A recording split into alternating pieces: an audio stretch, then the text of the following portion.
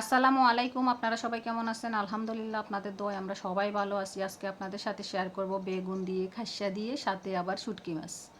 তো চুরি শুটকি দিয়ে বেগুন খাসার তরকারিটা রান্না করব, সেটাই আজকে আপনাদের সাথে শেয়ার করতেছি। ফার্স্টে এখানে আমি বেগুন কেটে নিচ্ছি। এরকম সাইজের দুইটা বেগুনকে আমি এরকম কিউব কিউব করে কেটে নিব। মানে এই সাইজের, খুব বেশি বড় করব না, ছোট করব না, মিডিয়াম আকৃতির করে এগুলোকে কেটে নিব। তো বেগুনটা অনেক সময় গলে যায়, তো বেগুনটাকে এইভাবে করে কেটে নেব আমরা। এই তরকারিটা আমাদের খুবই পছন্দ, সবার পছন্দ, ছোট থেকে বড়। এমনিতে অ্যালার্জিযুক্ত খাবার খুবই পছন্দ। বেগুন তো আমার মোস্ট ফেভারিট একটা খাবার, তাও খেতে পারি না খুব বেশি অ্যালার্জির কারণে। তো সবগুলোকে আমি এভাবে কেটে নিলাম, নিয়ে ধুয়ে নিলাম। ধুয়ে পরিষ্কার করার পর এখন কড়াইতে তেল দিয়ে দিলাম। তেল দিয়ে একটু পরিমাণ বাড়িয়ে দুইটা তিনটা মিডিয়াম সাইজের পেঁয়াজ কেটে দিয়ে দিয়েছি। এরপরে একটু ব্রাউন কালার করে ভেজে নিয়ে দিয়ে দিলাম ৬-৭টার মতো কাঁচামরিচ ফালি দিয়ে এগুলোকে আবার একটু ভেজে নিচ্ছি। ভেজে নেওয়ার পর এখন দিয়ে দিলাম এই যে চুরি শুটকি যেটা, সেটা ভালো করে গরম পানি দিয়ে, একদম টাটকা ফুটন্ত গরম পানি দিয়ে এগুলোকে ভালো করে ভিজিয়ে রেখে ধুয়ে রেখে দিয়েছি।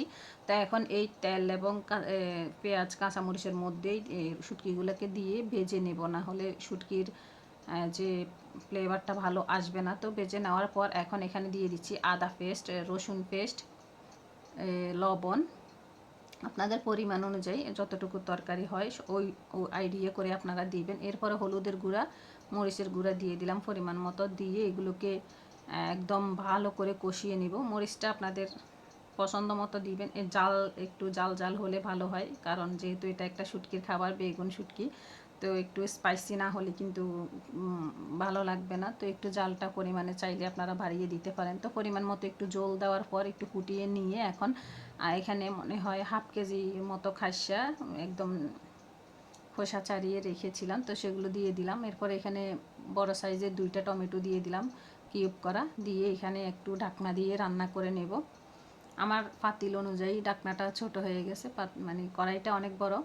তো যাই হোক, এটাতে মাছ ভাজি করছিলাম, সেই জন্য এটাতে রান্না করে ফেলছি। তো এরপর হচ্ছে এখন একটু রান্না করার পর একটু কষিয়ে নিলাম। কষিয়ে নেওয়ার পর এখন ভালো করে নেড়ে ছেড়ে দিচ্ছি। তো এখন একটু গলে আসলেই, খেসারিটা একটু গলে আসলেই এখন আমরা দিয়ে দিব এখানে বেগুন, যেই বেগুনটা কেটে ধুয়ে রেখেছিলাম সেগুলো দিয়ে দিব। দিয়ে এগুলোকে ভালো করে নেড়ে ছেড়ে নেব, মানে কষিয়ে নেব, মিক্স করে নেব। শীতের সময় অনেক রকমের সবজি কিন্তু পাওয়া যায়, তো সবজিগুলো আমরা একটু ভালো করে রান্না করে দিলে বাচ্চারাও কিন্তু খুবই পছন্দ করে খাবে। তো বেগুনটা আমাদের সবারই মোটামুটি পছন্দ, তো সবাই খায়। এভাবে খাসা দিয়ে রান্না করে দিলে তো আরও একদম মানে চেটে ফুটে খাবে। তো এগুলোকে ভালো করে এখন আমি কষিয়ে নিচ্ছি। কষিয়ে একটু ঢাকনা দিয়ে রেখেছিলাম। একটু কষানোর পর এখন পরিমাণ মতো যেইটুকু জল রাখবো ওই পরিমাণ অনুযায়ী একটু জল দিয়ে দিলাম, জলের জন্য পানি দিয়ে দিলাম। দিয়ে এগুলোকে ভালো করে একটু নেড়ে ছেড়ে, খুব বেশি রান্না করব না, না হলে কিন্তু বেগুনগুলো ভেঙে যাবে।